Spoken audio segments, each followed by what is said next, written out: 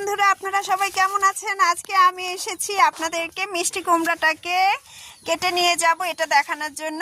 আমার বড় ছেলে এখন এই মিষ্টি কুমড়াটাকে তুলে ধরেছে। বাবা, এটা কি অনেক ওজন?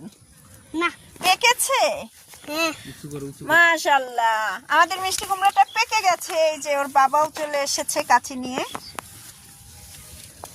বাহ, এখন মিষ্টি কুমড়াটাকে কাটা হবে। উপর থেকে কেন? বসিয়ে নাও, বসে নাও। ছ্যাঙ্গা আছে, ছ্যাঙ্গা আছে, ছ্যাঙ্গা আছে। হ্যাঁ বন্ধুরা আপনারা সবাই দেখুন, এই পরেই তো যাচ্ছে। ছিঁড়েই তো গেল। ভাগ্যেশ ওর পায়ের উপর পড়েনি। দেখি এটাকে কাটো তো, একটু একটু কাটো না, পিস করো না। এটা দেখি একটু নাও, তোমাকে দেখাচ্ছি না তো, তুমি কাটো কাটো। দেখো হলুদ হয়েছে, আমি দেখবো এটা।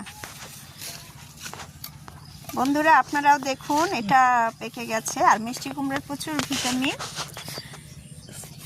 আমরা এই পর্যন্ত 3টি মিষ্টি কুমড়া পেয়েছি আমাদের এই মিষ্টি কুমড়ার বাগান থেকে, সবজি বাগান।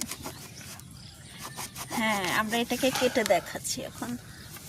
এই সবজিটা খেতেও অনেক মজা, বাচ্চারাও খুব পছন্দ করে।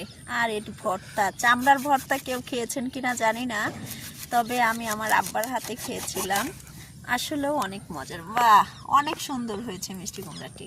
তো বন্ধুরা আপনাদের কাছে কেমন লেগেছে অবশ্যই লাইক, কমেন্টস এবং শেয়ার করে জানাবেন। আর আমার চ্যানেলটি যদি আপনাদের ভালো লেগে থাকে অবশ্যই সাবস্ক্রাইব করবেন। আল্লাহ হাফেজ।